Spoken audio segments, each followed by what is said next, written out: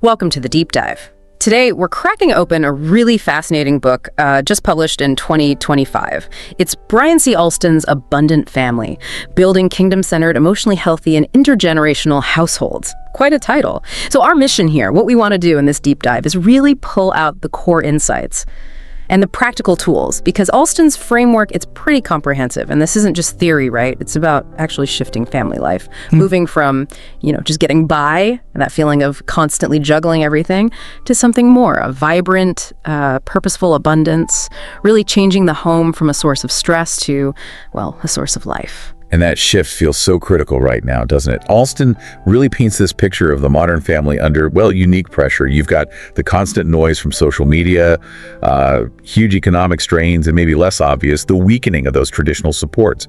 Community, extended family. Yeah, the networks seem thinner sometimes. Exactly. And it leaves you asking, okay, if that's precisely the question Alston tackles. He puts forward this really powerful idea, the family as the cornerstone of kingdom society. And he brings his own background into it, growing up in Hawaii in a multi-generational parsonage. He saw firsthand how homes could be, as he puts it, either hothouses of heartache or havens of hope. Powerful contrast. So stick with us, because we're going to unpack some really tangible steps, some surprising insights maybe that can help your family move beyond just surviving, help you really thrive. Hashtag the abundance paradigm shift. Okay, let's jump right in. This core idea seems foundational, shifting from a survival mindset, just keeping things afloat, paying bills, to what Alston calls an abundance paradigm. What's he really getting at there? Viewing home not as a constant drain, but a wellspring. A wellspring of creativity, generosity, and shared purpose. Yeah. And what's really interesting, I think, is how this reframes things like money stress. He suggests seeing financial pressures inside a bigger story, a larger narrative of divine partnership. Okay, partnership with God. How does that play out? Well, the core idea is that economic abundance often follows relational abundance. It's quite profound, actually. Think about it, like a child who feels consistently valued and affirmed at home. They might grow up more confident, willing to take smart risks later in life. Right, because they have that secure base. Exactly. Or parents who get creative with the resources they do have, maybe planting a garden together to offset grocery costs. That's not just saving money, it's building resourcefulness, innovation. And that strength, that relational health, often seems to attract or create more resources down the line. Practically, he suggests some really concrete things, like putting up a gratitude board where everyone shares something they're thankful for each day. Small things, big things. Making gratitude visible. Yeah. Or intentionally setting aside even a small bit of the family income for spontaneous acts of kindness, doing something for a neighbor maybe. And critically, that consistent family devotional time, focusing on God's provision. But it's not just actions. Alston stresses vulnerability, parents being honest about mistakes, kids feeling safe to share fears. That authenticity builds trust. It opens the door for grace. That makes sense. It's about the whole atmosphere, not just the budget spreadsheet. Hashtag foundations of kingdom family design. Okay, so building on that idea of abundance, Chapter 1 dives into God's original blueprint for family. He goes right back to Genesis, talks about creation, the covenant partnership, male and female, equal in God's image, that unity of Adam and Eve, and then generational stewardship, that be fruitful and multiply. Right. And Alston connects this blueprint directly to three key pillars: identity, dominion, and legacy. Okay, break those down a bit. Identity first. Identity comes from the imago Dei, being made in God's image. That's the bedrock. It means our worth isn't earned, it's inherent, given by God. That shapes everything in the family. And dominion, that word can sound a bit loaded. It can, but Alston frames it as partnership with God. Not dominance, but nurturing. Cultivating healthy environments, shaping culture positively, using our influence to help things flourish, essentially. Okay, stewardship, responsibility, got it. And legacy. Legacy is about passing things on. Yes, maybe material things, but more importantly, those immaterial virtues. Values, wisdom, character. It's thinking about what echoes through generations. It's not just what you leave for your kids, but maybe more about what you leave in them. That's a great distinction. And central to weaving this all together, he brings up the family altar. What is that, practically speaking? He calls it a dedicated locus of spiritual encounter. Right, a locus of spiritual encounter, corporate intercession, and covenant renewal. Think of it as the designated heart of the family's spiritual life. It's where the family intentionally connects with God together. It creates It's a kind of spiritual governance in the home, mirroring God's loving authority. So what does that look like day to day? Is it a specific piece of furniture? It could be a specific place, yeah, but it's more about the practice. It's parents leading with humility, guiding the family, handling discipline with both justice and, importantly, grace. It's that consistent time, maybe daily, maybe weekly, where the family prays together, reads scripture, talks about their walk with God, renews their commitment, and it also involves what Alston calls prophetic stewardship. Prophetic stewardship. Yeah, parents actively speaking blessings, affirming identities, declaring God's promises over their children, shaping the spiritual atmosphere of the home through words. Okay, let's shift into chapter 2. This one's called Relationship Literacy in the Home.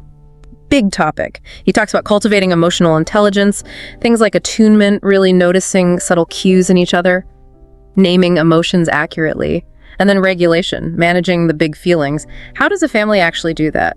Well, it's fascinating how Alston links this directly to well-known ideas like attachment theory and biblical belonging.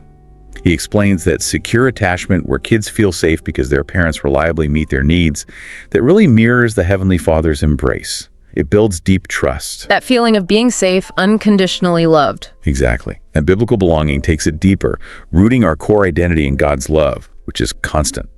This helps families work through insecure patterns, maybe anxiety or avoidance. You do it through predictable routines, consistent presence, and really importantly, quick, honest apologies when you mess up. It shows love is resilient. So practically, it's things like checking in. How are you really feeling? Yes. Actively listening when someone's upset, not dismissing it. Teaching kids simple words to express themselves. I feel sad, I feel angry, because it builds that literacy muscle. This chapter also goes into a really tough area, preventing and healing family abuse. How does he suggest families foster transparency and accountability and teach about bodily autonomy? He argues strongly that prevention starts by rejecting secrecy, creating an environment where it's safe to speak up, like having regular family meetings or councils where concerns can be voiced without fear, and explicitly teaching children about bodily autonomy, that their body is theirs. They have a right to say no, making that crystal clear. Okay. And for healing, when harm has already happened. The pathways are layered. He talks about spiritual practices at the family altar, lament, prayer for healing, but also restorative justice principles. Restorative justice, like what? Things like guided confession, clear accountability contracts, outlining steps for change, and aiming for genuine reconciliation, not just sweeping things under the rug. He also stresses the importance of community support networks and, crucially, getting professional psychological help from trusted sources. It's often a combination. That makes sense. It's complex. He wraps up this section talking about covenant relationships and mutual honor, going beyond just contracts. Yeah, it's the idea that family bonds aren't just agreements. They're rooted in something deeper, divine promises, a shared relational identity in God. Okay, so it's about who you are together, not just what you agree to do. Exactly. And mutual honor flows from that, seeing and treating each other as sacred gifts. And rituals can help solidify this. He mentions honor nights, for example, times where the family intentionally calls out and celebrates each person's strengths or contribution. Oh, I like that. Publicly affirming each other. It's powerful. It reinforces that value, that sacred worth, making it a lived reality, not just a nice idea. #tag marriage as a kingdom partnership. All right, chapter 3 zooms in specifically on marriage as a kingdom partnership. How does Alston define things like complementary roles, purpose, and mutual submission? He seems careful to redefine submission away from domination, right? Using Ephesians 5 as service. Yes, absolutely. He emphasizes that spouses bring unique, God-given gifts that complement each other. When combined, they advance a shared kingdom purpose, raising kids, serving others, building something together. And mutual submission, in this view, isn't about hierarchy in a worldly sense. It's about both partners modeling Christ's servant heart. So valuing each other's input, putting the marriage first. Precisely. Prioritizing the covenant relationship over individual wants. Actively listening. Making decisions together for the good of the partnership and its mission. It creates unity where both are honored. And this naturally flows into how couples handle intimacy, restoration, and conflict resolution. Intimacy isn't just physical for Alston. He talks about emotional transparency, spiritual unity, and shared vulnerability. Really knowing and being known, cultivated through deliberate connection, deep talks. Okay. And when conflict happens, because it does, restoration. It starts with owning mistakes, Yeah. open confession, taking responsibility, mirroring God's grace. For resolving conflict, he offers practical tools, like the Peacemaker Framework. It's a structured way for couples to get beneath the surface, identify the real issues, express needs calmly, and find solutions together, moving past blame. Having actual tools seems key. He also talks about spouses building as co-leaders and vision bearers, seeking guidance together, using those complementary strengths. And this is where that case study comes in, right? David and Lydia. Tell us about them. It sounds really inspiring. Oh, it really is. So picture this. David and Lydia, they literally started a community outreach from their garage. David was the operations guy, super practical. Lydia had amazing relational ministry gifts. Wow, garage ministry. Classic. Yeah, and they faced real financial stress, but they tackled it together. Prayer, fasting, seeking advice, unity was key. But they were also intentional about their marriage health. They had these monthly reset weekends just for them to reconnect, recharge emotionally. Smart, proactive. Very. And for conflicts, they didn't just react. They created a written marriage covenant, outlining their shared values and how they'd handle disagreements. A written covenant for conflict. Yes, a proactive plan. And as co-leaders, they held annual kingdom planning summits. They'd involve their kids, volunteers, map out goals, pray together, vision boards, the whole thing. That's serious intentionality. It really is. And the legacy. Their kids are now grown, leading different aspects of kingdom work themselves, youth outreach, financial stewardship, teaching. It shows how that intentional partnership can multiply impact across generations. Hashtag parenting for purpose and destiny. Okay, let's move into part 2 of the book, starting with chapter 4, Parenting for Purpose and Destiny, big theme. How does Alston push this idea of raising stewards, not dependents? What does that look like practically? He mentions things like chores, allowances, even play. Right, the core idea is that everything we have, time, talents, money, opportunities, it's all entrusted to us by God. We're stewards. So parents model this first. Then they involve kids in age-appropriate ways. Maybe a young child tends a small part of the garden or manages a simple allowance with spend, save, give jars. Learning by doing. Exactly. Older kids might help research family purchases or volunteer time. Even play, Alston says, can be seen as a lab for vocation. Building with blocks, that's exploring engineering, helping cook, culinary arts, maybe even hospitality ministry down the line. It shifts the mindset from entitlement to contribution. And this ties right into identity affirmation and discipline with dignity. Kingdom families actively build self-worth. How? Through daily rituals, maybe. Blessing your kids before school, leaving handwritten notes celebrating a specific character quality you saw, sharing eyewitness testimonies. I saw God's kindness in you when you shared with your brother. Weaving their value into the fabric of daily life, constantly reminding them who they are in God. So discipline isn't just about stopping bad behavior. No, Alston frames discipline as loving guidance, not punishment driven by anger. It aims to correct while preserving the child's dignity. It often uses covenant language, like in our family, we treat each other with respect. Let's figure out how to fix this. It's about redirection back to shared values, rooted in love. That sounds much more constructive. He also mentions learning styles and prophetic nurturing. How do families figure out learning styles? And what's prophetic nurturing? Well, discerning learning styles is about careful observation. Does your child learn best by seeing things, hearing them, doing them? Visual, auditory, kinesthetic. Then you tailor how you teach or explain things. It unlocks their potential when you speak their learning language, so to speak. Okay, paying attention to how they tick. Exactly. And prophetic nurturing is about parents intentionally listening for God's perspective on each child's unique destiny and gifts. And then speaking that out loud.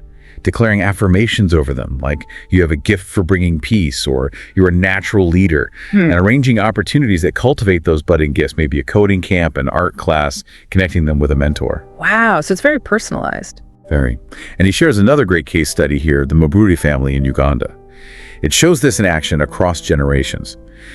Young Amani was involved in community meetings early on by her grandparents, so her education was tailored, debate clubs, mentorships preparing her for civic leadership, which she now does. Yes. Her brother, Cato, showed artistic gifts, so they nurtured that through workshops, letting him design things for community events.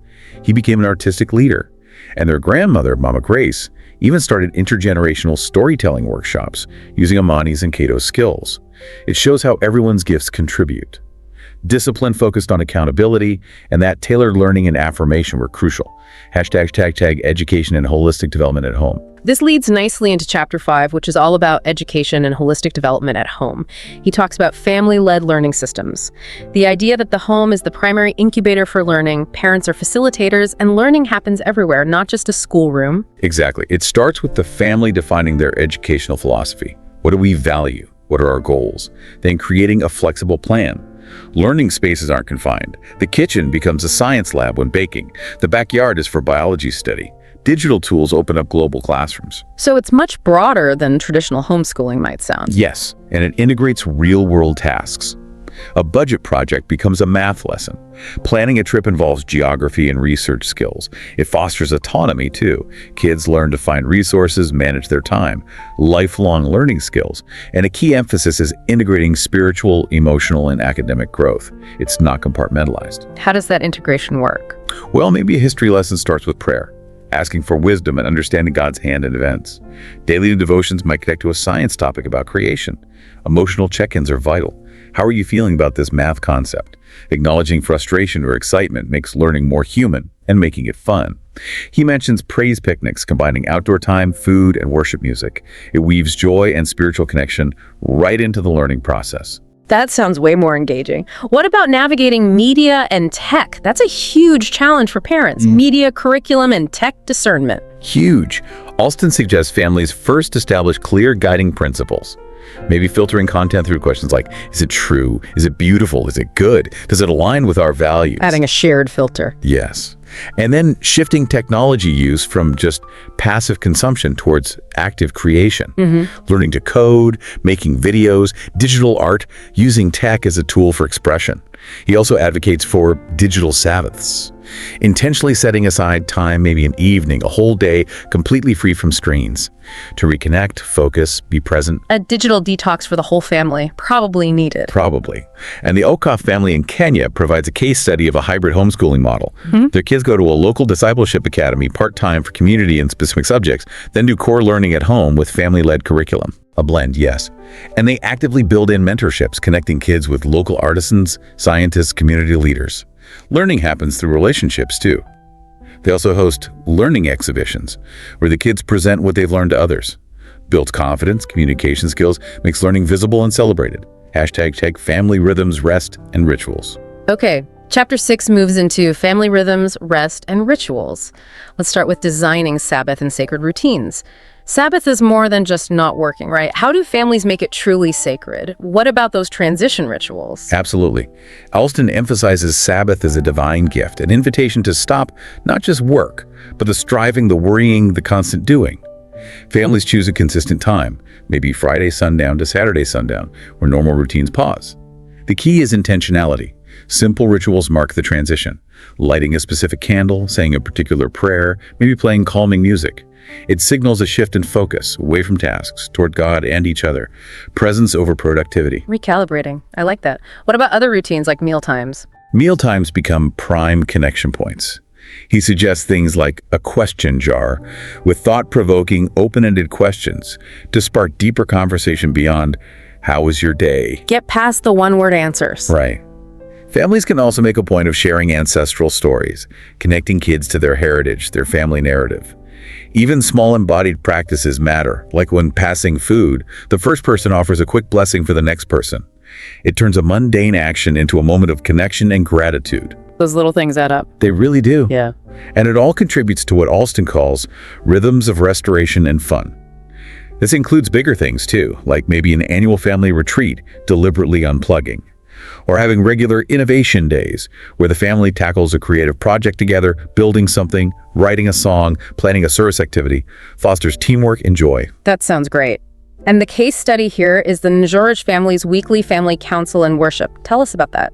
Yeah, this is a really structured example. Every Sunday evening, their living room transforms. They light their family altar candle, setting the tone immediately. They have a rotating agenda. Kids share highlights. Parents discuss schedules. Maybe an elder shares wisdom. Then comes worship, everyone participating, sharing testimonies. Very active. Very.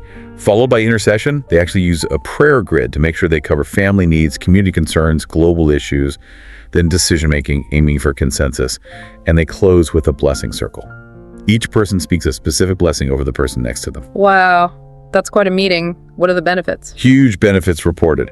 Much better communication, obviously, deeper accountability because things are discussed openly, and a shared sense of spiritual purpose and sensitivity because everyone has a voice and a vital role. Hashtag healing generational wounds. Okay, chapter 7 takes a potentially heavy but crucial turn, healing generational wounds.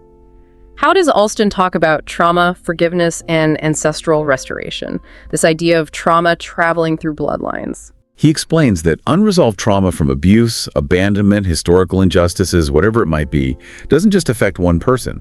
It can create patterns, like unconscious scripts of pain or dysfunction that get passed down. Wow, so things echo. They can, yeah. Healing starts with acknowledging these patterns, bringing the ancestral traumas into the light. And forgiveness is presented as central. Not excusing the harm, he's clear about that, but making a courageous choice to release the bitterness, the resentment, to break the power that past injury holds over the present and future. That takes courage. Immense courage. It's framed as a spiritual reorientation, transforming the family story from one defined by wounds to one shaped by grace and healing. And he describes communal rituals that can aid this. Things like writing down accounts of pain and literally burning them as a symbol of release, or planting a tree together, symbolizing new life and growth. Tangible actions for inner healing. Right. He also mentions integrating things like somatic prayer or breath work, recognizing that trauma is held physically in the body too. And breaking cycles of dysfunction means first recognizing the destructive patterns consciously, then using strategic interventions, maybe specific communication training, structured family councils focused on the issue, and often therapeutic help to dismantle those deeply ingrained habits. So it's multifaceted. He also mentions prayer, counseling, and inner healing working together. What about that heaven's courtroom idea? Yes, he sees them as complementary, not either. Families might use prayer maps focusing on specific generational wounds. Counseling provides professional tools and support. Heaven's courtroom is described as a type of guided prayer or meditation. Individuals visualize standing before God, like in a courtroom, to lay down guilt, receive forgiveness and healing, and claim a new grace-filled identity. It's a powerful imaginative exercise for some. Interesting. Using visualization for spiritual breakthrough. Exactly. And devotional guides can help individuals process emotions and hurts personally, preparing them for deeper healing work. The Kamau family reconciliation journey in Uganda is cited as a really powerful example of this. What happened with them? Decades of painful estrangement within the extended family. A grandson bravely initiated a formal summit, bringing everyone together with pastoral mediators. People finally aired grievances held for years. Then they didn't just leave it there. They set up restorative accountability monthly check-ins. They engaged in deep spiritual practices together, like a 40-day fast for unity. Counselors helped them understand personal hurts within the larger context of historical trauma. And they created a physical symbol, a peacemaking mural, and started an annual reconciliation day. Incredible transformation. Truly, it shows that even deeply fractured families can find healing and unity through intentional, multi-layered effort. Hashtag financial stewardship and legacy building. All right, let's shift to chapter 8, financial stewardship and legacy building. How does Alston approach kingdom budgeting as a family? Shared vision, inventory, segmented budgets. How does that work? It starts, he says, with a shared family conversation about financial goals aligned with kingdom values. What do we want our money to do? Support ministry, care for family, fund education. Then transparency. The whole family, including kids appropriately, helps inventory income and expenses. No secrets. Getting everyone on the same page. Exactly. Then they co-create a budget, but it's segmented based on purpose. Yeah. Categories like kingdom priorities, giving, tithing, stewardship reserves, saving, investing, family flourishing, education, enrichment, even personal passions. And they assign percentages based on their shared values and consensus. It makes budgeting a collaborative act of stewardship, not just managing scarcity. And this naturally involves teaching children and financial literacy from a young age. How early? What methods? Really early. Simple money jars or envelopes labeled spend, save, give for little kids. As they get older, it progresses. Learning about bank accounts, understanding credit responsibly, not just as free money, exploring basic investment concepts, maybe even starting a small family micro-enterprise together to learn business skills hands-on. Practical, real-world learning. He also talks about wealth transfer through wisdom, not just assets. What are legacy dialogues and legacy councils? Right. The focus shifts from just passing down money to passing down the wisdom and values needed to handle wealth responsibly and purposefully. Legacy dialogues are intentional conversations parents have with adult children about financial philosophy, ethical investing, the family's charitable goals, the why behind the wealth. Getting beyond just the numbers. Absolutely. And legacy councils are more formalized meetings, perhaps involving advisors, where the family works together to create frameworks for how inherited resources will be managed and distributed, maybe with stewardship covenants attached. It builds accountability, not entitlement. Estate planning reflects these deep values. The Wanjiku family's Harvest and Hope enterprise in Kenya is a fantastic example he gives. Tell us about Harvest and Hope. Samuel and Grace started a coffee farm specifically with the mission to fund scholarships for local kids. It wasn't just about profit. Their own children were deeply involved working in the nursery, helping with marketing, learning the value of work, seeing the direct impact of their efforts. And they made business decisions through regular enterprise councils, where they'd pray together and analyze the business data. Faith and finance is fully integrated. It shows how stewarding resources can serve both family needs and a much larger kingdom purpose. #tag strategy, community, and multi-generational impact. Okay, we're heading into the final part 3, which covers strategy, community, and multi-generational impact. Chapter 9 is about building family governance and vision, creating and ritualizing a mission statement. Yeah, he encourages families to go through a process, maybe facilitated, where everyone contributes ideas about their collective purpose. What are we about as a family? They synthesize this into a clear mission statement written down, maybe even made visual, like a poster. Making it real. And then ritualizing it. Maybe reading it together monthly at a family meeting, having a mission moment to check if their actions align with their stated vision, revisiting it periodically so it stays alive. This connects to defining roles, accountability, and expectations. Using tools like visual role charts showing who is responsible for what based on gifts, setting clear, measurable standards, and all this gets codified, ideally, in a family constitution or covenant document. A family constitution, seriously. Sounds formal, but it's basically writing down the family's core values, how they make decisions, handle finances, resolve conflict, their operating principles. It provides clarity and continuity across generations. Wow. Okay.